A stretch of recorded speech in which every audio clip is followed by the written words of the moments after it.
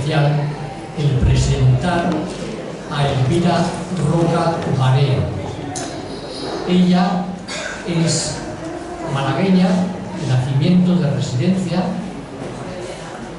Es licenciada en Filología Clásica y Filología Hispana. Se doctoró con una tesis sobre retórica medieval. Ha sido traductora y paleógrafa y ha enseñado latín y lengua y literatura española en España y Estados Unidos. Tiene 6 libros publicados, ya habréis visto a la entrada algunos de ellos, docenas de artículos en revistas especializadas y congresos. Sus trabajos de investigación académica han tratado principalmente sobre retórica clásica y medieval, edición de manuscritos en latín y romance, literatura caballeresca en Oriente y Occidente. Esto sería, como si dijéramos, entiendo yo, como una formación académica. Pero como la vida los días tienen muchas horas y hay gente inquieta, pues lo normal es que los que nos dedicamos a la enseñanza pues tengamos también otros inquietudes y otros estudios. Entonces ella se puede caracterizar por los libros que habéis visto como una escritora. Y en esa escritora de divulgación, no ya de su especialidad de literatura y lengua, sino como digamos, su formación humanista le ha llevado al estudio de la historia. Y dentro de la historia, lo que más importancia lo que le dio a conocer como una historiadora relevante, no solamente interesante, sino relevante para nuestro tiempo, son los estudios sobre imperios y leyendas negras. En concreto, el libro más importante publicado en 2017 es Imperiofobia y Leyenda Negra, Roma, Rusia, Estados Unidos y el Imperio Español. Ha recibido diferentes premios, como medalla de Andalucía en el 2018, en el 2019 fue galardonada con el premio Los Libreros Recomiendan y recibió la medalla de oro real de la Real Academia de San Telmo.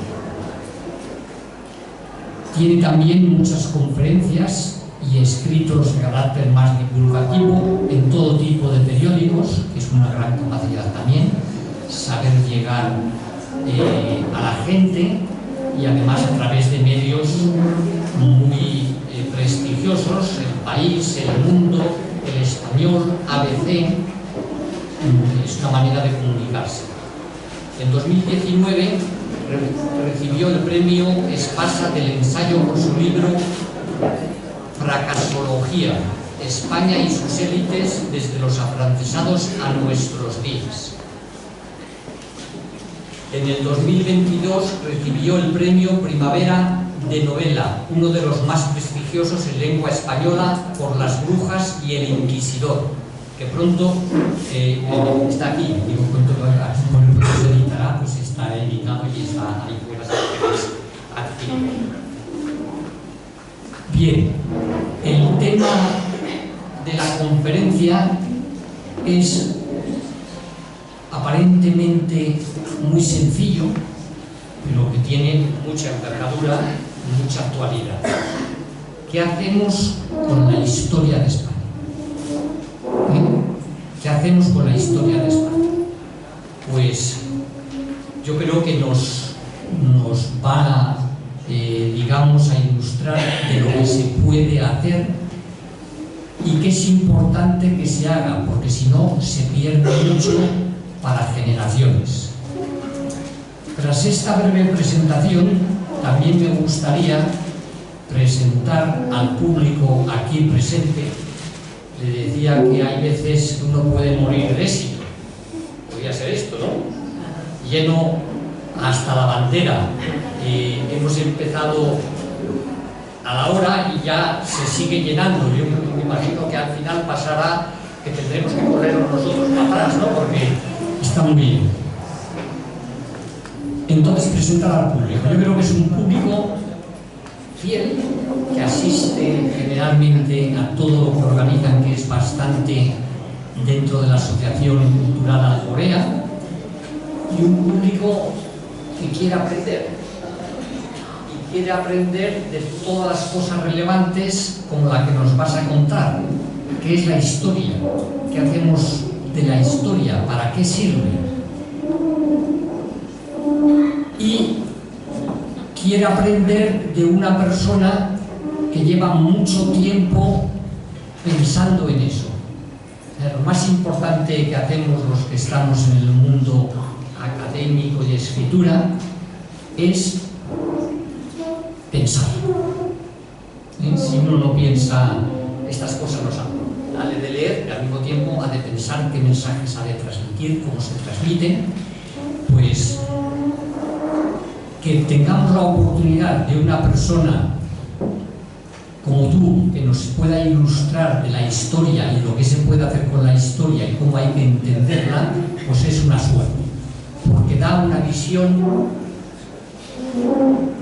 objetiva. Lo primero que hay que hacer con la historia es estudiar y dar una visión objetiva, profunda, equilibrada.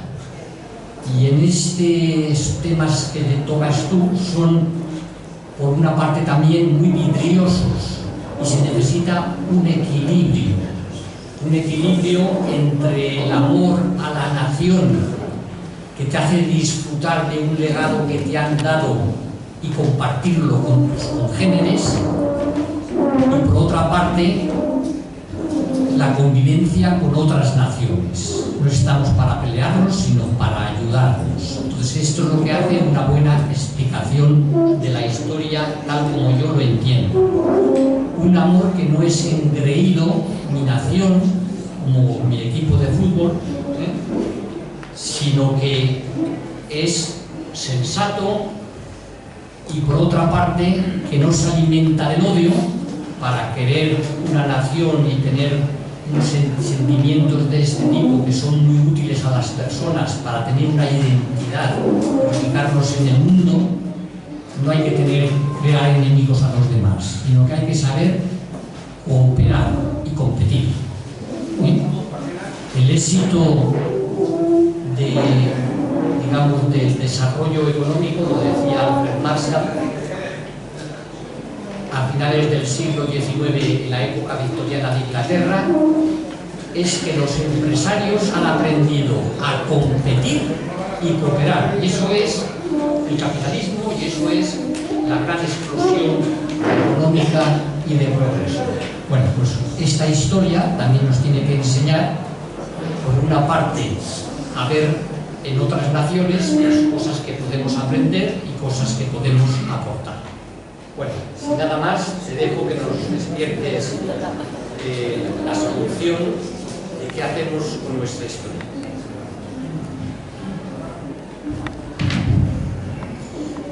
Pues muchísimas gracias a tantas personas como han venido. No sé si se me oye bien, tengo la sensación que se me oye bien, como se puede.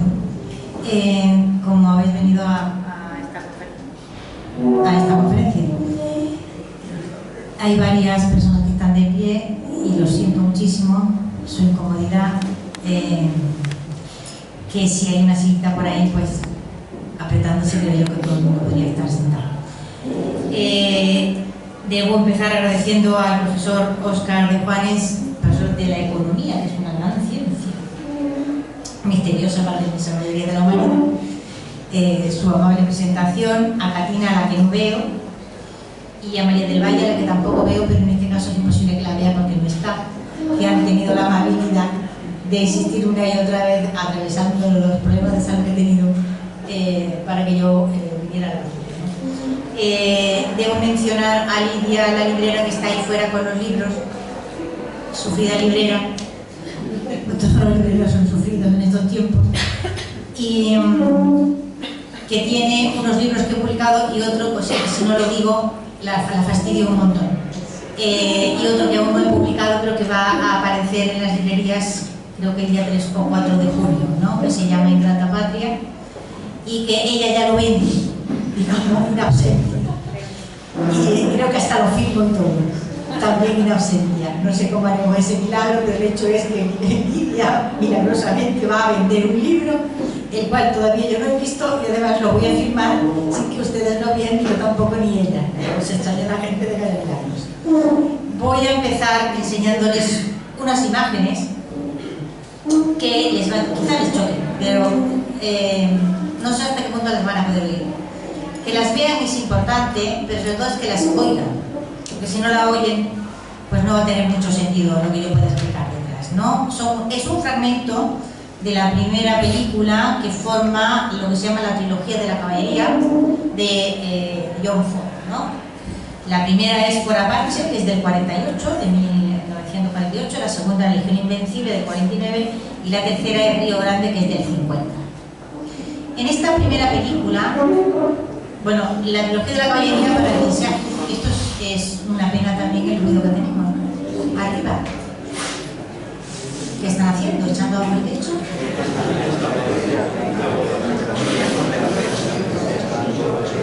La trilogía de la... Ahora ya nos hemos quedado sin auxilio. Bueno, no sé lo que ha pasado. No sé qué barbaridad. La trilogía de la caballería no es que inventa el western, pero sí que crea el género, o al menos fija las características que el western va a tener a lo largo del tiempo. Ustedes dirán, ¿qué tendrá que ver las películas de John Ford con qué hacemos con la historia de España? Pues sí tiene que ver. Espero que cuando terminemos la conferencia comprendan ustedes qué es lo que tiene que ver. Eso que van a ver ustedes ahora con el problema de gestión que tenemos con la historia de España, problema de gestión que lleva existiendo desde hace muchísimo tiempo. Para que entiendan el fragmento que van a ver, es un fragmento, esto sucede en la versión original, es decir, si lo ven en español, y esto es importante, no ocurre lo que ocurre en la versión original. La versión original, para ustedes saber que los indios apaches hablan español, mientras que los estadounidenses, pues obviamente hablan en inglés. Para entenderse, Cochise, que es el que aparece, básicamente, trae más de un fragmento, pero voy a poner uno solo, porque sé que no se ve muy bien y con tantos ruidos que tenemos va a ser un puro milagro si ustedes entienden algo. Es un... apenas un minuto y pico en el que dialogan el coronel, que es Henry Fonda, con el jefe Cochise. Estamos en un momento tremendo de las guerras apaches. John Wayne, digamos que es su capitán, que lleva mucho tiempo en el territorio, conoce bastante a los apaches, etc. Es partidario de que hay un entendimiento con ellos y comprende las razones por las cuales los apaches han abandonado el sendero de la paz y comprende que tienen sus razones. Para que se entiendan el coronel, que no se van a entender, y el jefe Cochise, no por falta de voluntad de Cochise, sino por absoluta cerrazón mental del personaje que está representado por Henry Fonda, va a haber un sargento Beaufort, que es un hombre del sur, ya nos ha quedado claro que es del sur en las escenas anteriores, y que en un momento determinado sabemos que es indio, porque desde lo alto de una de las mesas, este territorio, digamos que es casi el ceremonial de Beaufort, hace un brindis con una borrachera espectacular, eso, y lo dice en español, con la sangre de su madre, ¿no? Y lo dice en español. Se entiende que es un mestizo, que es medio indio. Así que él va a servir de traductor a lo que tiene que decirse al jefe Cochise, que habla en español, insisto, habla en español, y el coronel del ejército de los Estados Unidos. De que habla en español se enteran ustedes si lo ven en versión original, porque si lo ven en versión subtitulada resulta que los indios hablan una cosa extraña que yo siempre me planteo y sería el sermógrafo, o lo que sea que se le ha ocurrido a alguien que habla en los indios. Entonces, dense cuenta de lo que significan estos pocos, no, son 2 minutos, que van a ver ustedes. Después vamos a hacer, como se dice ahora, una deconstrucción del fragmento, porque tiene un montón de aristas y todas ellas tienen que ver con esto de qué hacemos con esto. Vamos a ver cómo se ve esto.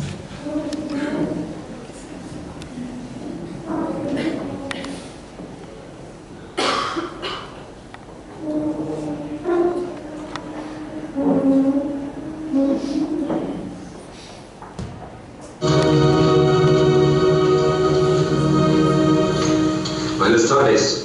Buenas tardes. Gentlemen, I have the honor to present the great hereditary war chief of the Apache Nation, Cochise.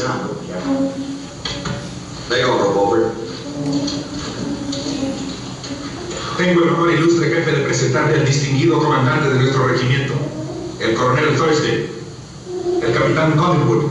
Good afternoon. El capitán York y el señor Mitchell, que usted ya conoce. Gentlemen, this is Al Casey, head of the White Mountain Apaches, Satanta of the Mescaleros. I'm the Chiricahua medicine man, named Jerome in our language, but in Spanish, Jerónimo. Well, time to get on with it, Beaufort. El coronel invita a hablar. Los apaches son una gran raza, orgullosos, y no hemos nacido para vivir esclavizados. Su nación nos hizo la guerra y no nos derrotó. What's he saying? That the Apaches are a great race, sir. They've never been conquered. Pero una nación no debe estar siempre en guerra. But it is not well for a nation to be always at war. Los jóvenes mueren, The young men die. las mujeres entonan canciones tristes The women sing sad songs. y los viejos pasan hambres en el invierno. And the old ones are hungry in the winter. Por eso con mi gente me fui de los cerros. And so I led my people from the hills. Entonces vino ese hombre, And then came this man, un hombre malvado que no dice la verdad y que ha sembrado la enfermedad y el vicio en toda mi nación. What did he say? well, sir, a free translation would be that Meacham's a yellow-bellied polecat of dubious antecedents and conjectural progeny. Coach's words, of course, sir, not mine. That's a matter of opinion. Es peor que la guerra. He is worse than war. No mata solo a los He hombres, not only killed the men, también a las mujeres, but the women, a los niños and the children, y a los viejos. and the old ones. Esperábamos que nuestro gran Padre Blanco nos protegiera. We looked to the great white father for protection. Él nos dio una muerte lenta. He gave us slow death. No regresaremos a su posesión We will not return to your reservation mientras esté ese hombre while that man is there, o otro como él. or anyone like him. Quítenlo y hablaremos de paz. Send him away and we will speak of peace. Si se queda, If you do not send him away, habrá guerra. there will be war. Y por cada uno de nosotros que usted mate, And for each one of us that you kill, morirán 10 hombres blancos. 10 white men will die. Are you threatening us? Don't interrupt, sir. I'm not sitting here to be threatened. Beaufort, No preliminary nonsense with him. No ceremonial phrasing straight from the shores, I tell you. Do you hear me? They're a calciferant swine. You must feel it. he's only speaking the truth, sir. Is there anyone in this regiment that understands an order when it's given? What does the colonel wish me to say, sir? Tell them I find him without honor. El coronel enfrenta sin honor. Tell them they're not talking to me, but the United States No government. está hablando a él, sino al gobierno americano. Tell them that government orders them to return to their El reservation. gobierno nos ordena que regrese a su reservación. And tell them if they've not started by dawn, we will attack. Y le dará Tell them that. chance si no atacarán.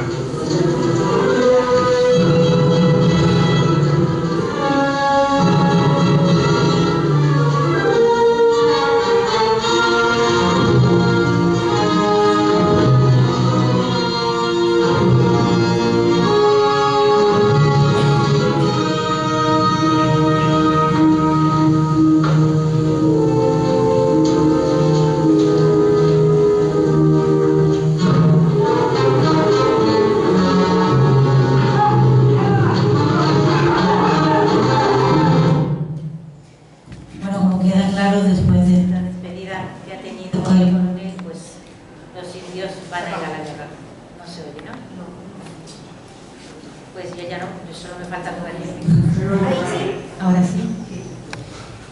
Hay 2 o 3 detalles que notar aquí. El primero es que estos indios que aparecen en la primera película de John Ford, de la trilogía, pues como ustedes ven, o sea, la película nos muestra que están cargados de razones para haber ido a la guerra, para haber abandonado la reserva, y son presentados como personas bastante razonables que en absoluto quisieran tener que adoptar la actitud que han adoptado, pero que no se ven, las explicaciones del jefe Cochise son bastante claras, ¿no? Y se demuestra en la película que él tiene razón, es decir, que viven en unas condiciones lamentables y que la agencia india no solo los alimenta más, sino que se dedica pues, a proporcionar alcohol de mala calidad, como dice el vicio y la corrupción, ¿no? Ha cundido entre su gente más joven. Así que Cochise tiene mucha razón, es un hombre honorable y esto va a acabar en una catástrofe, pero no es por culpa de los apaches, de los indios apaches, sino en general por básicamente por la tozudez del coronel, ¿no? Este es, digamos, la primera versión de indio que se encontrarán ustedes en las películas en la película de John Ford, aquí en Fort Apache. Si se detienen en ver las dos que siguen, La Legión Invencible y Río Grande, irán viendo cómo el indio se va transformando más y más en una criatura cosificada. Dejarán de hablar español, se volverán salvajes, ya no aparecerán nunca con un rostro humano y un discurso inteligible, sino que son simplemente unas criaturas dando alaridos montadas en lo alto de un caballo que arrancan cabelleras y así sucesivamente. Es decir, John Ford va lentamente cambiando su discurso conforme comprende que ese no es el tono, digamos, adecuado si quiere contentar a su audiencia o si quiere contentar los estudios para los cuales trabaja, pues sobre todo a la audiencia de los Estados Unidos, ¿no? Esa es una cuestión. La otra cuestión interesante es cómo recibe esto el público que habla español, fundamentalmente aquí en España, y encuentra tan incomprensible el hecho de que los indios hablen español que les ponen otra lengua. ¿Por qué? Bueno, pues porque, como dice el título de esta conferencia que hacemos con la Historia de España, fundamentalmente lo que hemos hecho es gestionarla mal.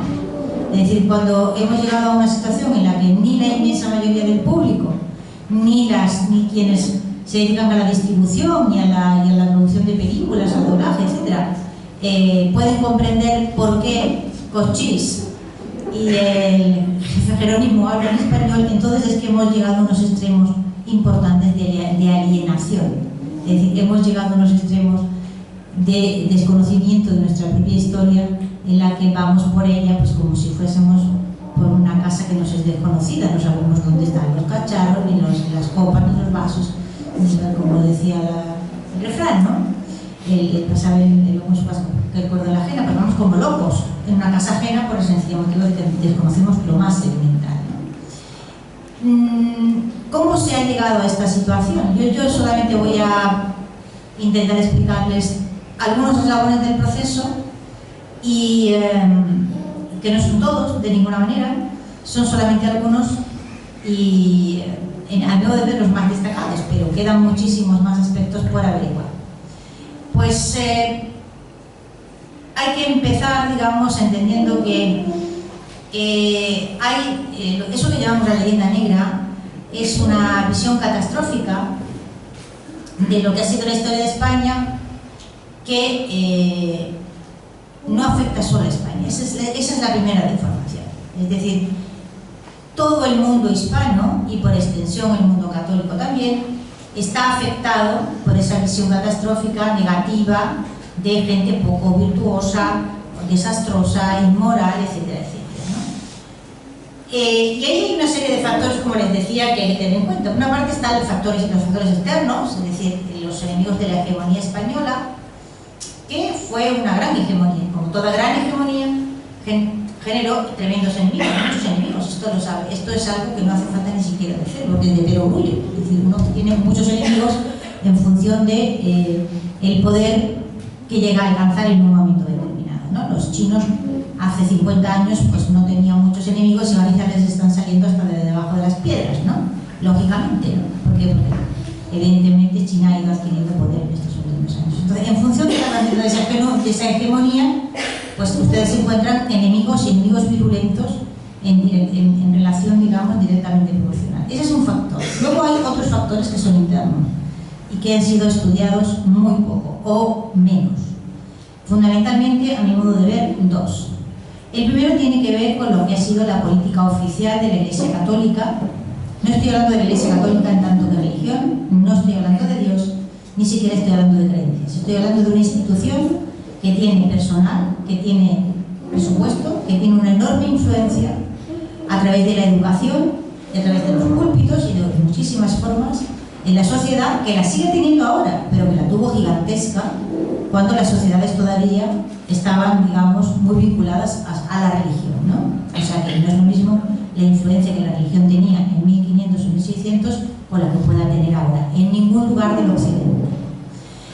La Iglesia Católica, desde el primer momento, asume como propia la visión lascasiana de la historia de América, de la América española, y la convierte en una política de Estado. Esa política de Estado es asumida y mantenida a lo largo del tiempo sin interrupción hasta el momento presente.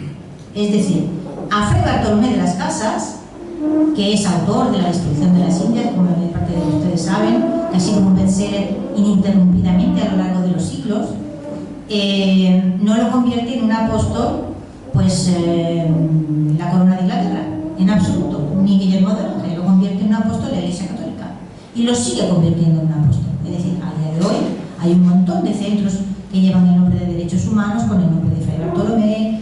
Bueno, sigue siendo, es decir, no es que es algo que ocurrió en el pasado, no fue promocionado por la Iglesia en el pasado o en su momento en el siglo XVI, sino que a lo largo del tiempo ha sido una política, digo, de Estado, porque la Iglesia es un Estado, continuada, que no ha parado de existir hasta la actualidad, con toda la influencia que esto tiene en el mundo católico, punto primero, y con toda la influencia que esto tiene en España, europea y en la América hispana, en los dos siglos. El segundo factor que hay que tener en cuenta es, digo, de los factores internos. Los externos vamos a dejarlos ahí durmiendo y sin desarrollar, pero tienen que ver con las guerras de religión, nada más y nada menos, y un montón de cuestiones. El segundo es el problema que se genera cuando se produce el cambio de dinastía, porque no es cualquier cambio de dinastía. Nosotros estamos acostumbrados en los libros de texto a llamarlo la guerra de sucesión, como si realmente lo que hubiese ocurrido ahí fuese que, bueno, pues dos dinastías se enfrentan por el control o el dominio de una corona y una de ellas gana y aquí paz y después gloria. Esto no es así. Es decir, el enfrentamiento entre los Habsburgo y los Borbones es algo mucho más profundo y que tendrá consecuencias muchísimo más graves en el interior de lo que entonces todavía se llamaba, o podemos seguir llamando, el Imperio Español. ¿Qué por qué? Pues porque dense cuenta que Luis XIV, que es realmente el que viene a reinar a Madrid, como hay documentos que demuestran que es realmente él el que viene a reinar a Madrid, puesto que eso aparece en el documento de Felipe V, que aquellas órdenes que aparecen de parte de Luis XIV deben ser obedecidas como si fuesen por parte del mismo. Y esos documentos existen. Fue rey de Francia 73 años. Estuvo a punto de derrotarlo Isabel II, pero no lo consiguió. Así, pero no. 73 años son muchos años sin guerra. Todas las guerras de este rey, todas, estuvieron encaminadas a reducir, a contrarrestar, a disminuir el poder de los Habsburgo. Así que entenderán que cuando este rey viene a Madrid a reinar, lo que se produce es un giro copernicano. Y ese giro copernicano, porque es política de Estado francesa, pasa por varios puntos. El primero es la demonización absoluta del periodo Habsburgo. El periodo Habsburgo es una etapa oscura, el periodo Habsburgo es un periodo inquisitorial. Vienen los Borbones y vienen a reformar. Entonces España entra en un culto al reformismo porque sí, es decir, la gracia de esto es que nunca se explica en qué consisten las reformas, sino que el fulanito se declara reformista y ya a partir de ese momento que lo que usted quiera de reformar sea una barbaridad, pero usted es reformista, ¿no? Y se produce lo que la lengua popular, que es muy sabia, llamó el afrancesamiento, es decir, la asunción por parte de las clases dirigentes de lo que había sido la política de Estado de los Borbones a lo largo del tiempo, que es, con ligeras variaciones, la leyenda negra más ignorancia. Es decir, la leyenda negra tradicional en el periodo anterior venía por el fanatismo religioso, la destrucción de la ciencia y tal. Los franceses además le añaden pues la versión, digamos, a lo más de Morvilliers, ¿no? Que es un territorio medio africano, de ignorantes, que no tiene cultura, que no tiene ciencia, que no tiene nada, ¿no? El afrancesamiento no es flor de un día, el afrancesamiento es algo que viene para quedarse, porque forma parte de la política de esa dinastía. De esa dinastía cuya necesidad de ganar, cuyo brillo, cuyo esplendor, etcétera, etcétera, etcétera, depende enormemente de ennegrecer, demonizar, negar cualquier cosa que hubiese ocurrido de buena en el periodo anterior, el periodo Habsburgo.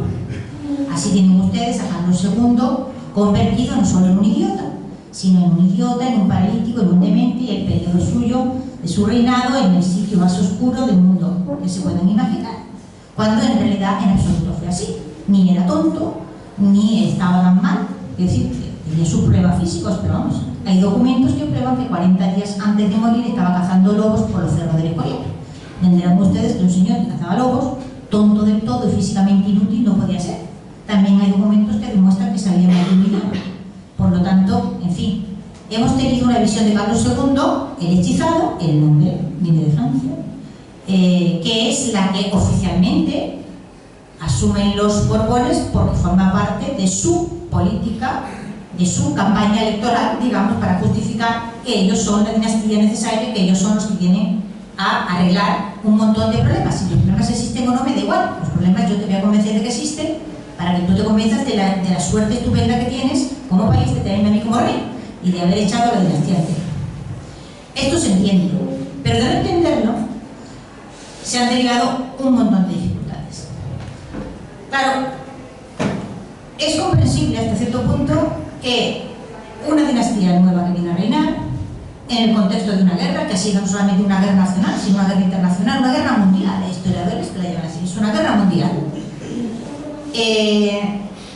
necesitara durante la primera etapa pues de una política más o menos, como diría yo, de negar el periodo anterior, de reprimir o negar sus logros, etcétera, etcétera. Esto se puede entender. Ahora, lo que ya no se entiende es que esto se transformara en una política de Estado continuada que ha durado siglos. Y ahí es donde ¿qué hacemos con la historia de España? Pues comprender ciertas cosas. Es decir, el hecho alarmante, pero que siendo alarmante en sí, es mucho más alarmante el darse cuenta que nadie lo ha estudiado, de que durante todo el siglo XVIII no se escribe en España un solo libro que trate del periodo Habsburgo, digamos, un libro de historia. Comprobar esto me llevó a mí casi un año. Y lo que me desmoralizó no fue comprobar que efectivamente lo que yo me temía era cierto, es decir, que esto había sido así. Lo que me desmoralizó, para eso estudié fracasología, fue el resultado de tener que terminar Imperiofobia y irme con una pieza separada, como dicen los abogados, a otro lado y tener que pasar un año comprobando en lo negativo que esto era así. No, esto no es lo grave. Pues grave sí es, como va a ser grave. Lo grave es que no había un solo libro, ni un solo artículo estudiando este hecho. Y sigue sin haber. Intenten imaginarse en cualquier país de Europa que se produce un cambio político y ese cambio político lleva consigo en que durante más de un siglo no se menciona, no ha existido el periodo anterior, el silencio más absoluto. A mí me parece grave, y me parecen graves las consecuencias. Es en este momento cuando España empieza a importar historia de Francia o empieza a importar historia de Gran Bretaña, historia de nuestro mundo, es decir, de España y de en aquel momento el imperio.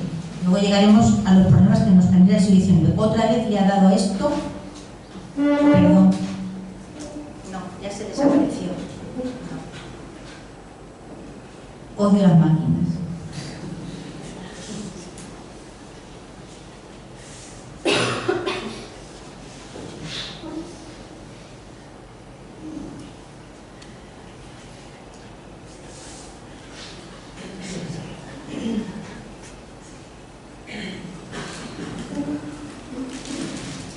Yo no voy a enseñarles más que no sé nada, ¿no? ¿Se veía William Robertson? ¿Sí? Pues no sé. Se ve fatal, ¿no? ¿Y por qué sale tan pequeñito?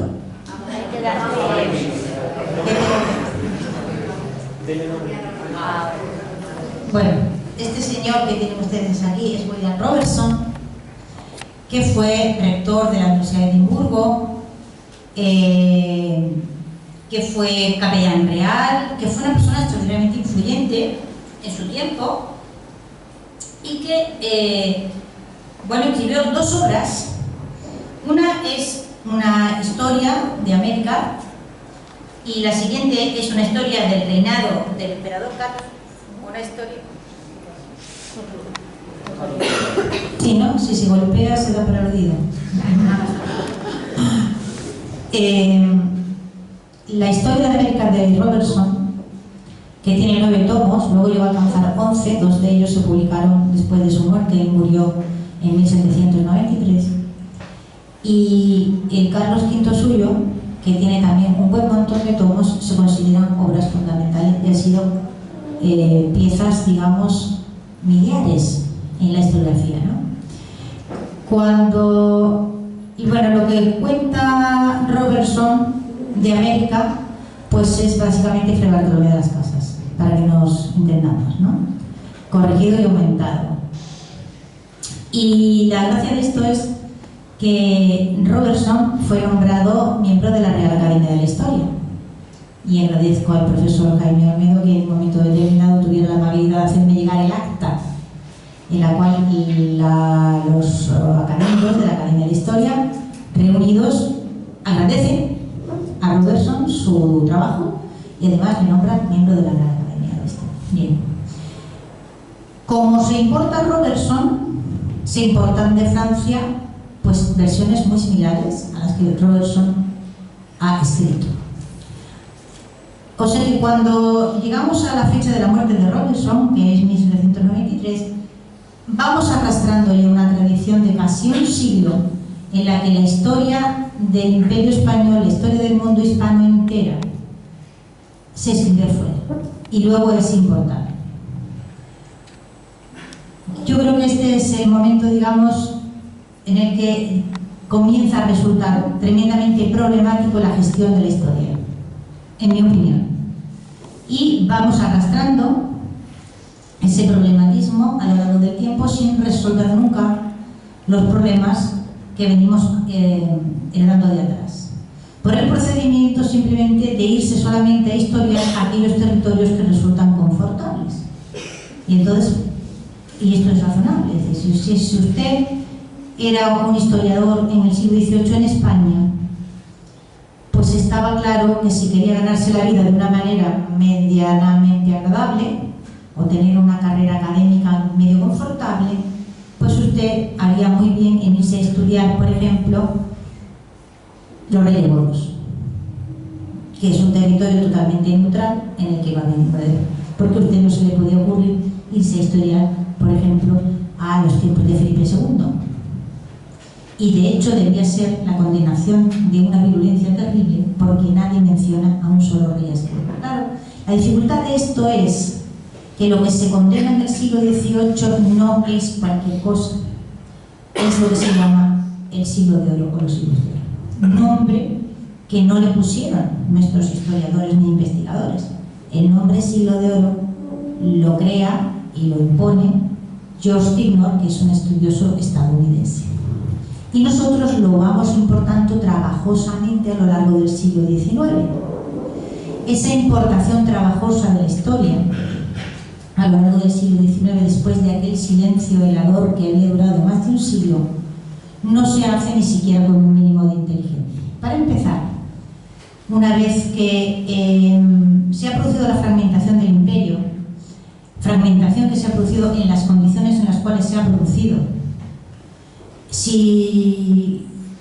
en mi opinión, evidentemente, si no se tienen en cuenta estos factores, no se entiende esa fragmentación, esa balcanización catastrófica, esa balcanización que continúa hasta el momento presente, es decir, a principios del siglo XIX se produce un proceso de fragmentación por balcanización que no se ha detenido a día de hoy. 2 siglos después de muerto el imperio, los territorios que formaron parte de él siguen teniendo la misma tendencia a fragmentarse políticamente.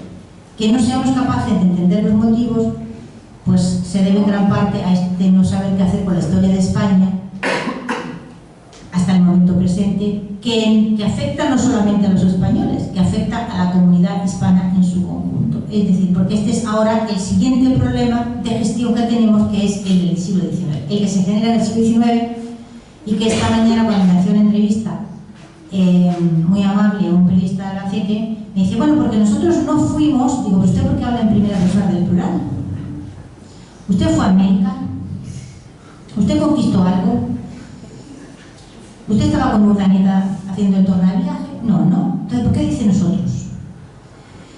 Esto es una de las más distorsionantes visiones y realmente esta sí nace en el siglo XIX.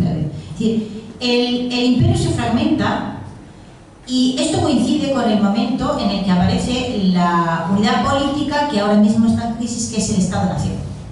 Y se escribe la historia desde el punto de vista del Estado-Nación en la primera parte del siglo XIX. Y entonces la España europea decide quedarse con el nombre del imperio. Es decir, el imperio es suyo. O sea, España se transforma en una cosa mágica que se expande y se contrae, pero es siempre la misma España.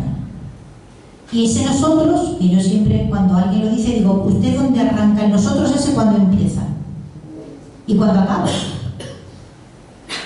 ¿Incluye los romanos o no? Porque claro, es muy peligrosa. De todos los pronombres que tiene el español, la primera persona del plural es el más peligroso de todos, es letal. Es el pronombre que permite decir a los mexicanos, ustedes los españoles, perdón, serán sus antepasados de usted. Y cuando digo los mexicanos pido perdón, no todos los mexicanos, digamos, están en esa tesitura enloquecida de considerar que fueron invadidos por sus antepasados.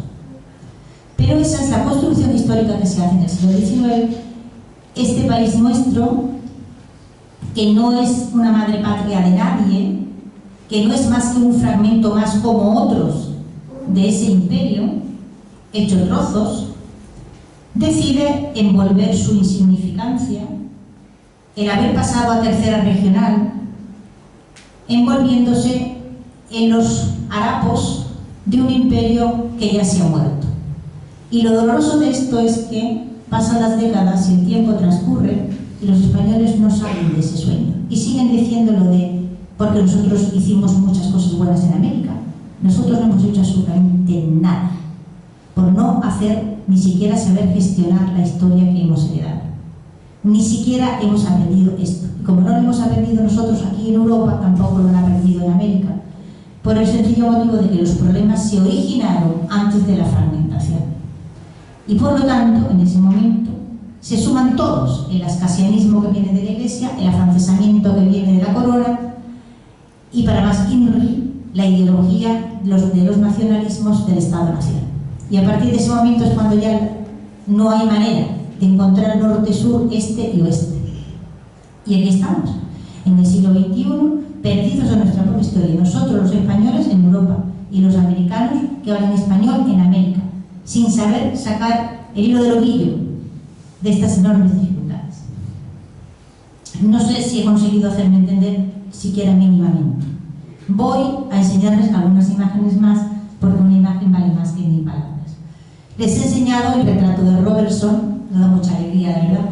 Podría haberles traído un montón de retratos de historiadores franceses que fueron los que construyeron la historia que se estudió en España en el siglo XVIII y luego ya la heredamos durante el siglo XIX. El siglo XIX además opera cambios mucho más interesantes porque España termina siendo la nación exótica de Europa y no solamente pasa del centro a la periferia, sino que pasa a una periferia marginal. Y esa marginalidad es una y otra vez superada, no sé si superada, creo que superada no es la palabra correcta. Esa marginalidad es una y otra vez ocultada y autoocultada con ese nosotros que se lo encuentran ustedes por todas partes y que a mí se me antoja verdaderamente letal. Voy a enseñarles, si puedo, y esta máquina se deja, unas imágenes de libros de texto.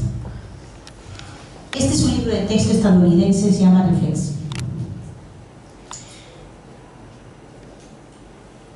Hay más, en esta misma, bueno, verdaderamente no consuelo. España, sin más especificación, claro, de qué España estamos hablando. Bueno, pues este es el mundo que engendra en América, ¿no? Verán ustedes que la cosa es muy... Voy a ver si esto se deja ampliar. ¿Ven? Esos indios en fila ahí, conducidos por soldados, no hay más que curas y soldados. Es todo un secarral espantoso. Lo primero que ves es un tío con un morrión y una pica. Y frailes, soldados, caballos, una imagen devastadora de ocupación, de violencia, muy desagradable. ¿A que ustedes no se quieren ir a vivir ahí?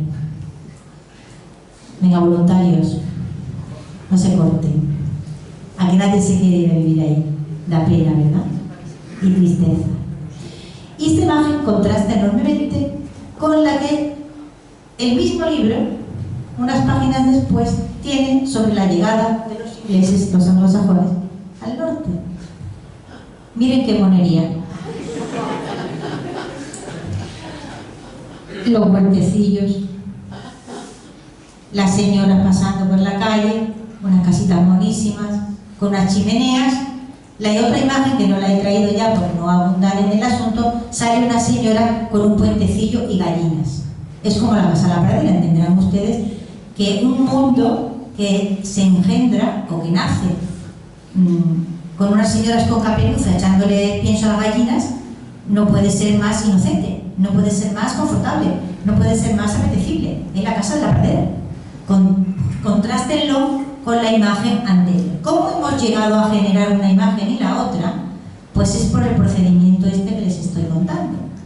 De la misma forma que el mundo anglosajón tiene absolutamente absorbida esa imagen, nosotros tenemos absolutamente absorbida la otra. Tan absorbida la tenemos que la tenemos en nuestros propios libros de texto. Este es el libro de texto de mis hijos, que hacen este año la selectividad, y hace unos años tenían este libro, de Araya. Era la imagen más grande con la que se explicaba la llegada de los españoles a América. ¿Vale? Da susto el tío, ¿eh? La cara de horror. Y esto es lo que se le queda a un español con 13 años, porque esto es el libro de tercero de la ESO, si la cabeza no me falla, cuando le cuentan cómo se llega a América.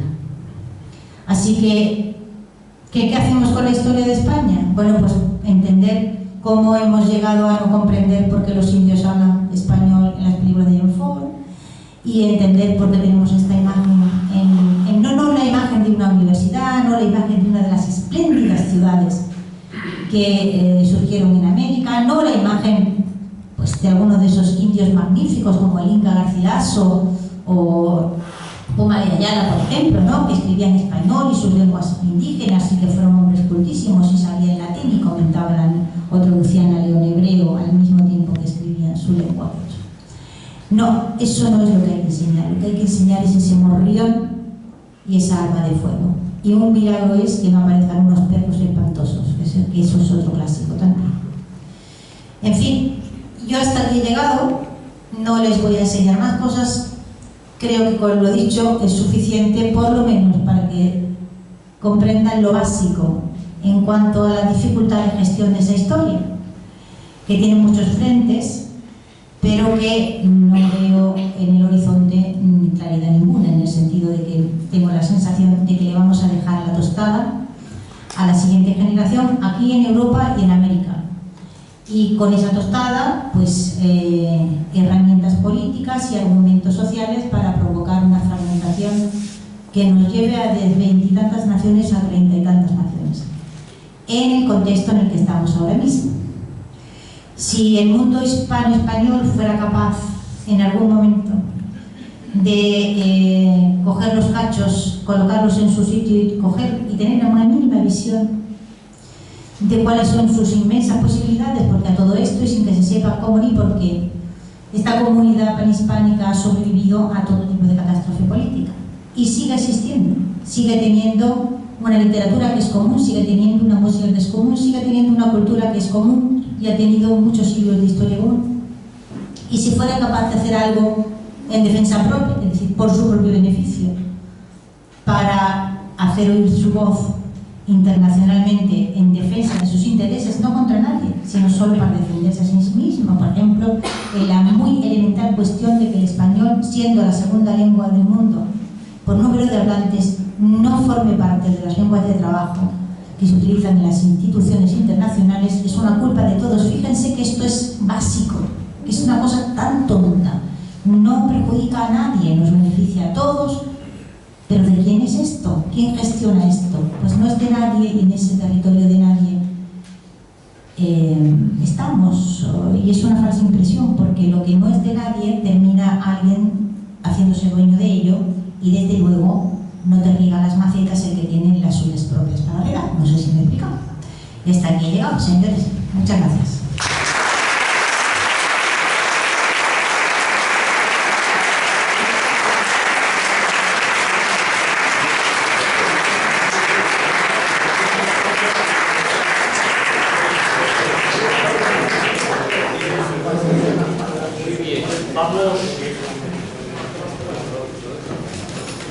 Vamos a abrir un turno de preguntas.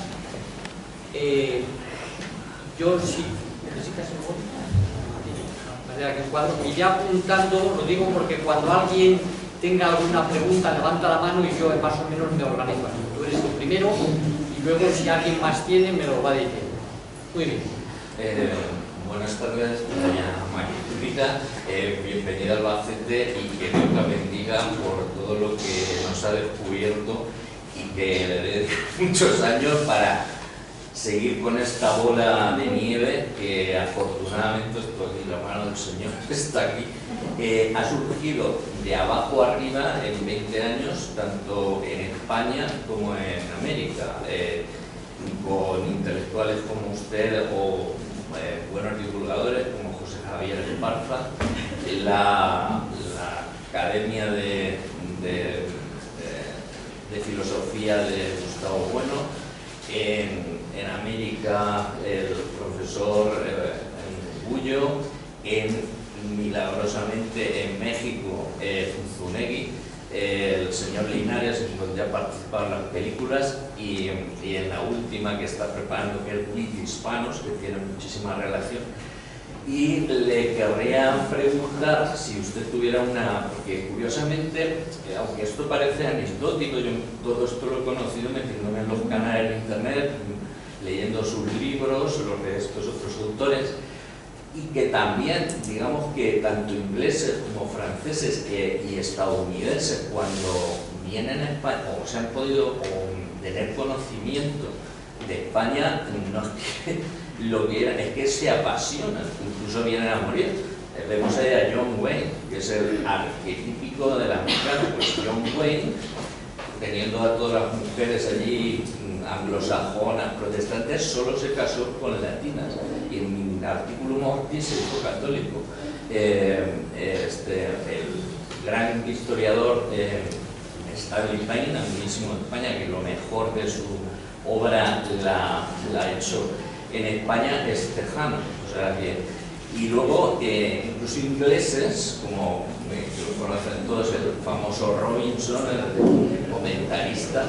Este señor vino aquí a jugar a España y llegó, el más inglés de Leicester, murió aquí y dijo que en Cádiz que tiraran sus cenizas, igual que Hemingway, que está enterrado en una finca de Jordan. Entonces, dado que, y gracias a Internet, podemos, toda esta destrucción que se ha hecho, por un plazo como los chinos, que han sido, en el siglo pasado le llaman el siglo de la humillación, sobre todo por los anglosajones.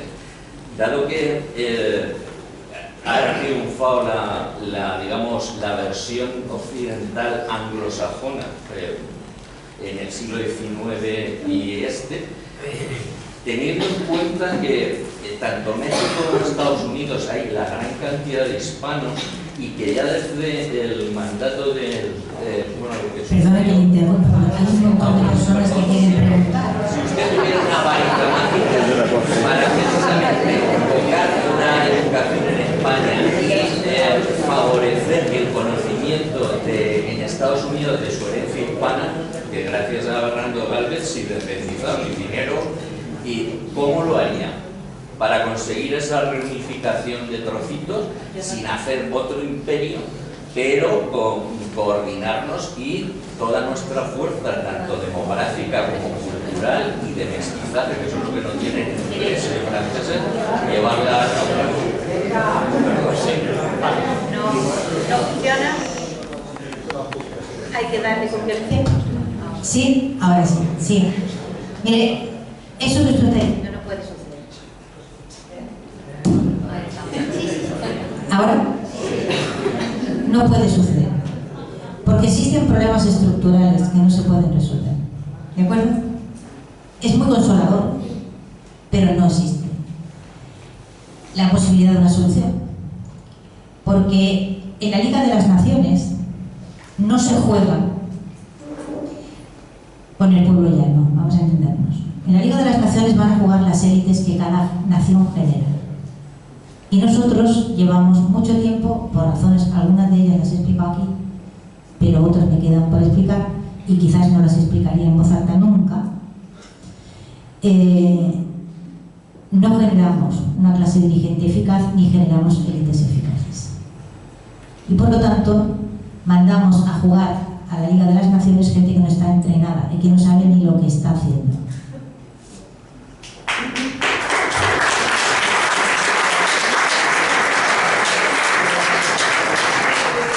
Así que por mucho que usted tenga ahora la idea de que hay un movimiento que tal, nada, eso no va a ningún sitio. Se produce cada cierto tiempo, ¿sabes? Es como una espumilla, y luego se acaba, y ya está, y no va a ningún lado. Nos lo contamos a nosotros mismos, nos da mucho consuelo, ¿vale? Siempre aparecen unos cuantos predicadores a vender este consuelo, y es una pena, pero de ahí no se pasa, ni se va a pasar. Quien diga lo contrario miente, ¿vale? Es decir, es con buenos entrenadores, generando equipos eficaces, y usted manda al suyo a jugar a la Liga de las Naciones y probablemente pierde. Cuando ni siquiera tiene un medio para crear esas clases dirigentes eficaces, pues como usted comprenderá, el bolillo para el condado va y no gana. Entonces, por allí al fondo hay una pregunta. Yo quiero agradecer su sinceridad.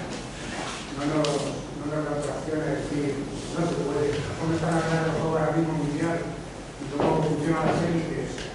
Y no, es imposible por eso agradecer su sinceridad. Voy a agradecer su presencia aquí a Albacete. Pero lo que sí que creo es que por lo menos lo que podemos hacer es acogernos al dicho piensa globalmente y actúa localmente. En nuestra esfera, por lo menos que lo trataremos a nuestros hijos, que lo trataremos en nuestras conversaciones de bar, por lo menos que esta guerra permanezca en su vida. Y quizás algún día pues se pueda recuperar un poco la imagen que todos tenemos. Es que gracias por todo, sobre todo por tu integridad. No tiene que agradecer nada. A ver, esto no quita que uno tiene que sembrar, ¿me entiende? Es decir, a lo mejor te toca la lotería, pero como no te toca si no compras. Si no tienes que comprar el billete. A lo mejor comprando el billete no te toca, ¿me entiendes? Pero uno tiene que comprar el billete. Es decir, uno tiene que regar las macetas. Todos los días. A lo mejor un día consigue una coyuntura astral, ¿me entiendes? Desde el cisne negro, aparece el cisne negro y de repente, ¡pum!, se reposicionan todos. ¿Quién nos iba a decir que China, que era lo último que había en el mundo, ¿no? En los años 70, cuando terminaron la Revolución Cultural, en 1976, ese horror, que era una nación arrasada, más que arrasada. Bueno, pues que en 30 años iban a pegar el cambio que pegaron y que iban a coger el rumbo de la manera en que lo cogieron. Bueno, pues está claro que si uno no siembra y no riega, se te secan las macetas, pero insisto, la manera eficaz de hacerlo es otra y nosotros no tenemos. Y en cada ocasión que se presenta nos demuestra que esto es así. O sea, hace unos días en unas conferencias que organizó un amigo mío, Manuel Montero, sobre el asunto de la ciencia en España, ¿desde cuándo se debate el tema de la ciencia en España? Pues desde el siglo XVIII, evidentemente, ¿no? Se discutía por enésima vez si ha habido o no ha habido ciencia en España, si lo que Masson de Morvilliers decía era cierto o no, este país no hay ciencia, en este país tal. Y ¿por qué no sabemos y por qué no conocemos? Y bueno, pues es que hace 3 minutos hemos asistido, quien ha estado pendiente, pero la mayoría de la gente no, a cómo o por qué no le dieron el premio Nobel a Francis Mojica, de Alicante, nombre que la inmensa mayoría de ustedes desconocen por completo. Quizás haya por aquí alguien que sepa quién es, pero si usted quiere entender lo que ha ocurrido, pues es efectivamente, simple y llanamente, que lo que a Mojica le ha faltado es un país atrás que tenga equipo y sepa cómo hay que gestionar la situación para que a uno le den el premio Nobel, para que a alguien de tu país le den el premio Nobel. Y lo que usted tiene, pues es gestionando esta coyuntura a un montón de gente, como lo llamaba José Martín, que para alcaldes de pueblo hubieran quedado bien, pero en este contexto internacional, en esta coyuntura, hay que tener gente un poquito entrenada y saber lo que está haciendo. Tampoco es tan difícil, pero en fin, sabe lo que está haciendo. Evidentemente no se hizo absolutamente nada y a Mojica no le dieron el premio Nobel, que es muy grave y a él le habrá pesado muchísimo y además se lo merecía, pero absolutamente. Sino que, bueno, primero le dio la espalda a su país, primero no le dieron el Princesa de Asturias, su país le negó el premio que le tenía que haber dado porque prefirió dárselo a 2 mujeres extranjeras que habían, digamos, hecho investigaciones siguiendo la estela de Mojica, ¿vale? Pero como va a ser lo mismo darle el premio Princesa de Asturias a un Mojica de Alicante que a 2 señoras súper extranjeras, es que no es lo mismo, ¿comprende? Entonces, claro, era muy difícil, no porque no se produzca ciencia en el país, sino porque no sabemos cómo hay que hacerla visible. Esa es la dificultad fundamental, la visibilidad, y para eso también hay que entrenar gente y saber cómo se hace. Y no es tan difícil en realidad, solo que bueno, nosotros ni siquiera hemos aprendido esas cuestiones que son básicas. ¿Por qué? Porque, insisto, nos faltan unas clases dirigentes que sepan cómo se hacen las cosas a nivel internacional. Aquí se cayó en la autarquía ya en el siglo XVIII, para cuando se produjo la fermentación estábamos todos en modo autárquico y de la autarquía no se salió. Y al punto, bueno, aquí. Hola, ¿qué tal? Buenas tardes. Felicidades por la intervención. Yo quisiera comentarle lo de la primera persona del plural. Es difícil no asumir como propia la historia de España cuando sus propios familiares, de todos nosotros, han contribuido a su formación. Por eso, cuando se habla de imperio, yo no me siento extraño ni ajeno a esa idea ni a ese sentimiento. Y con respecto a Carlos II, yo soy partidario de que hay que enderezar las críticas y analizarlo de un modo objetivo. Algunos historiadores últimamente han visto que la política de Carlos II han sido muy positivas y que fueron seguidas por Felipe V en la recuperación económica de la España hundida, ¿no?, del siglo XVII. Simplemente eran estas 2 observaciones. ¿Y su pregunta? La pregunta es, ¿por qué no me puedo sentir orgulloso del imperio español? Porque yo sí hablo de mi imperio o nuestro imperio, ¿no? Yo no le estoy diciendo a usted que se sienta orgulloso o no. Estoy diciendo que cuando hablamos de ese imperio hay que tener en cuenta que incluía a los mapuches, que incluía a toda la población no hispana, que incluía a los filipinos y que no sé cómo gestionar con elegancia que nosotros digamos nuestro cuando ellos no pueden decir nuestro. A ver cómo lo arreglamos. Mi abuela es filipina. Me encanta. Pero el problema... El problema sigue siendo el mismo, es decir, que en el momento que decimos nuestro, ellos dicen de ustedes, y entonces ya no es de todos. Y tenemos un problemita ahí de gestión bastante interesante, porque, bueno, 20 millones de kilómetros cuadrados, la mayor parte del cual estaba en América. Y si entonces, si esos no pueden decir nuestro, pues a ver quién dice nuestro, porque son más, son un cerro, son muchísimos más.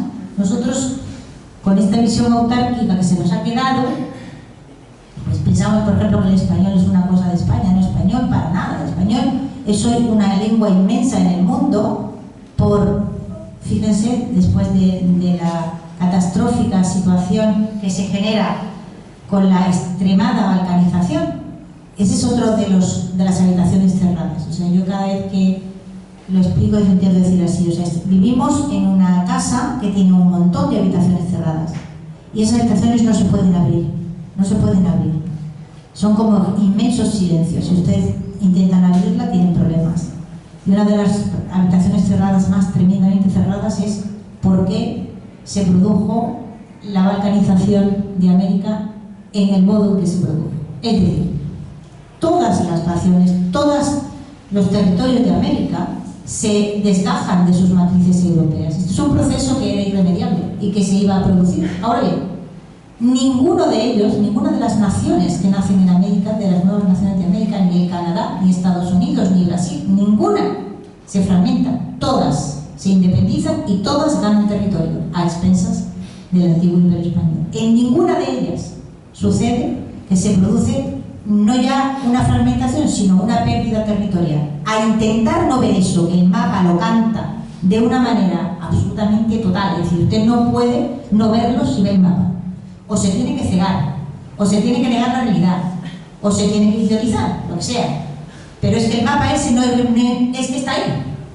Y entonces, para que usted no se plantee nunca por qué está ahí, en esas condiciones, y por qué se ha producido una trayectoria tan absolutamente divergente con respecto a las demás, cerramos la habitación y jamás abrimos esa habitación y seguimos a la siguiente generación subiendo un escalón más de incomprensión, porque estamos todavía más lejos del origen, más lejos de las causas que provocaron esa fragmentación, que no está lejos ni es distinta de la que afecta todavía al momento presente de hoy en España, ¿vale?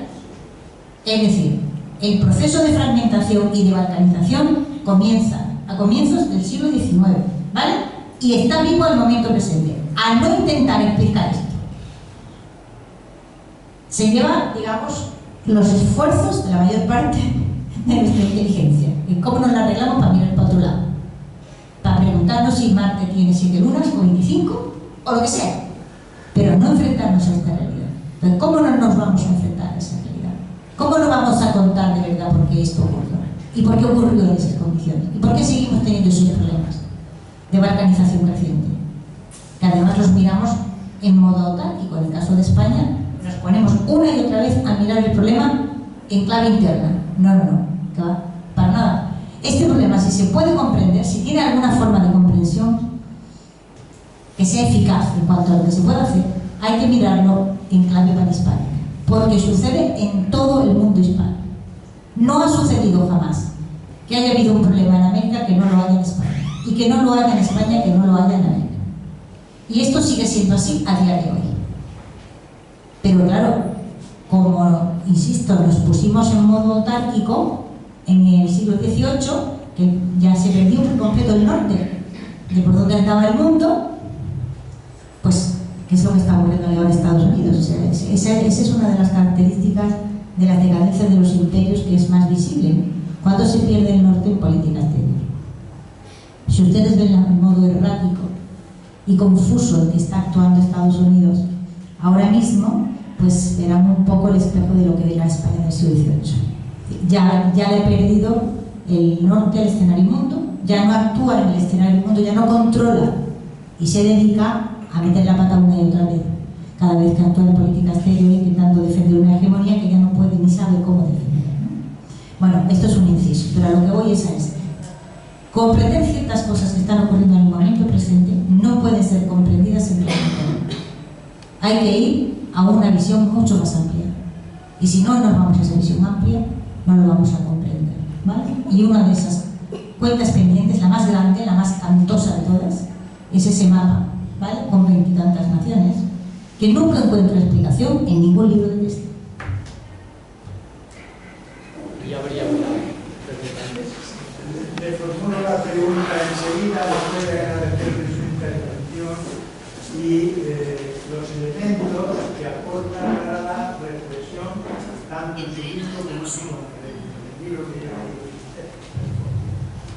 Y la pregunta es, ¿qué plantea que es a raíz del cambio de dinastía cuando se produce uno de los grandes problemas sobre el conocimiento de nuestra propia historia, ¿no? Porque se ignora en la literatura?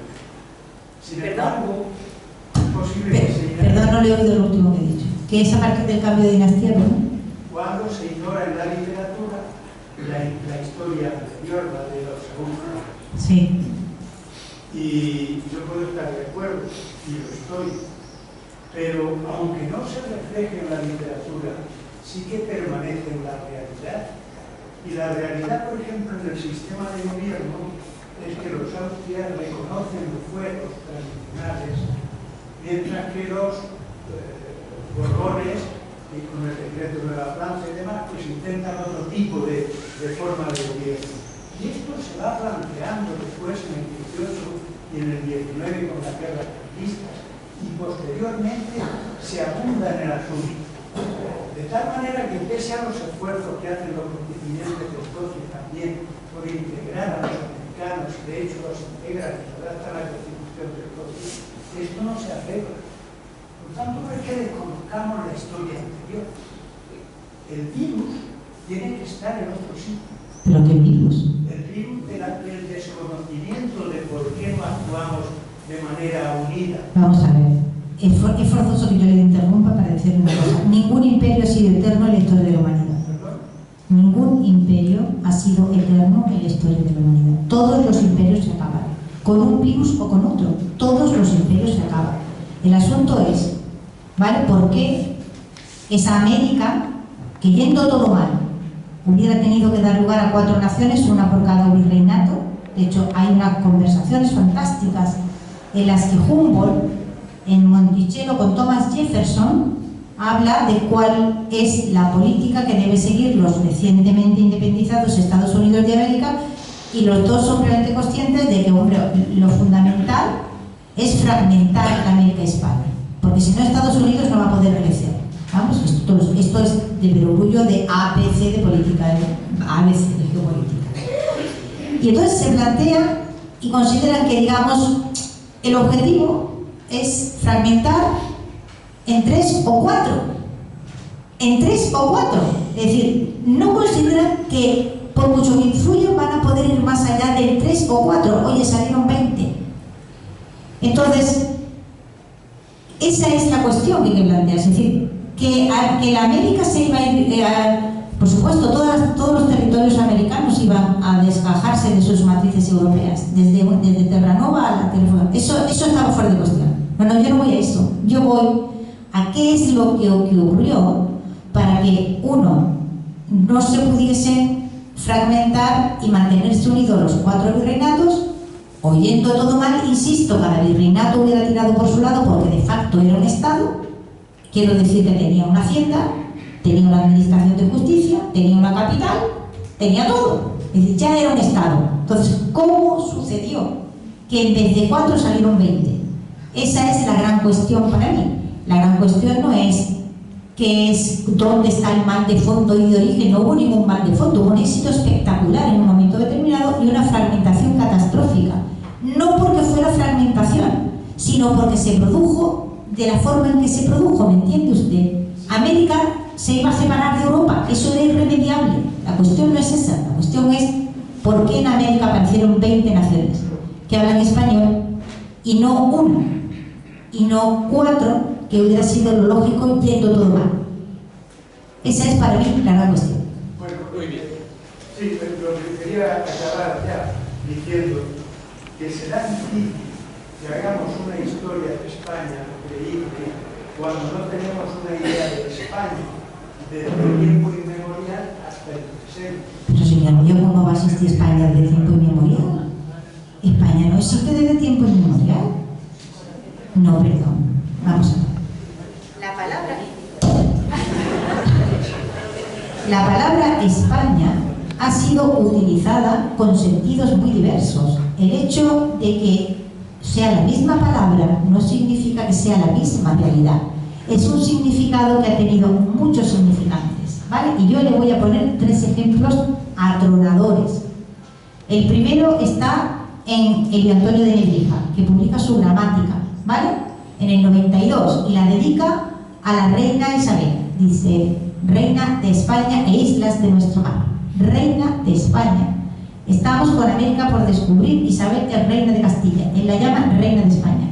Lo que Nebrija tiene en su cerebro cuando dice España no tiene nada que ver con lo que tiene Camões cuando en la segunda mitad del siglo XVI publica Os Luisiadas en portugués, ese gran poema épico en portugués, y se pasa el poema entero diciendo que ellos son la mejor gente de España.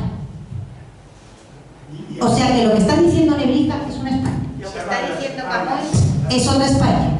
Pero cuando el cura Hidalgo, después del rito de Dolores, es detenido por actividades subversivas en México, estamos a comienzos del siglo XVIII, y le pregunta al juez por su filiación, dice que se llama Hidalgo, que su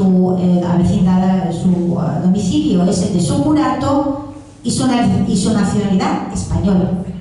Y lo que Hidalgo, que ha nacido en México y no ha estado nunca en España, tiene en su cabeza cuando él dice España, no tiene nada que ver con lo que usted tiene ahora en la cabeza y dice España, ni con lo que tenía Nebrija. Es decir, que una palabra que ha sido utilizada a lo largo del tiempo durante tantos siglos y por tanta gente, en cada situación, al menos los historiadores deberían especificar de qué estamos hablando, porque yo desde luego no comparto la idea de que ha habido una España eterna que ha sobrevivido a lo largo del tiempo a toda clase de mutación. En absoluto. La historia es cambio.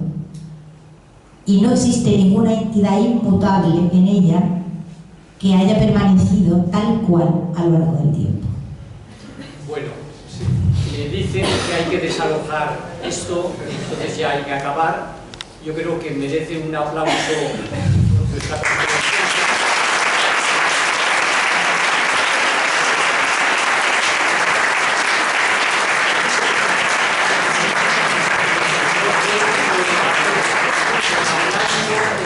Para toda la audiencia, el interés, a pesar de estar aquí todos muy entretenidos, pero es las preguntas que hemos suscitado también con tanta discusión. Amontonados, ahí están ustedes, muchas gracias. Y me dice también que con esto se clausura el curso 2024-2025 de Almorea, y entonces hasta el próximo curso no habrá más conferencias.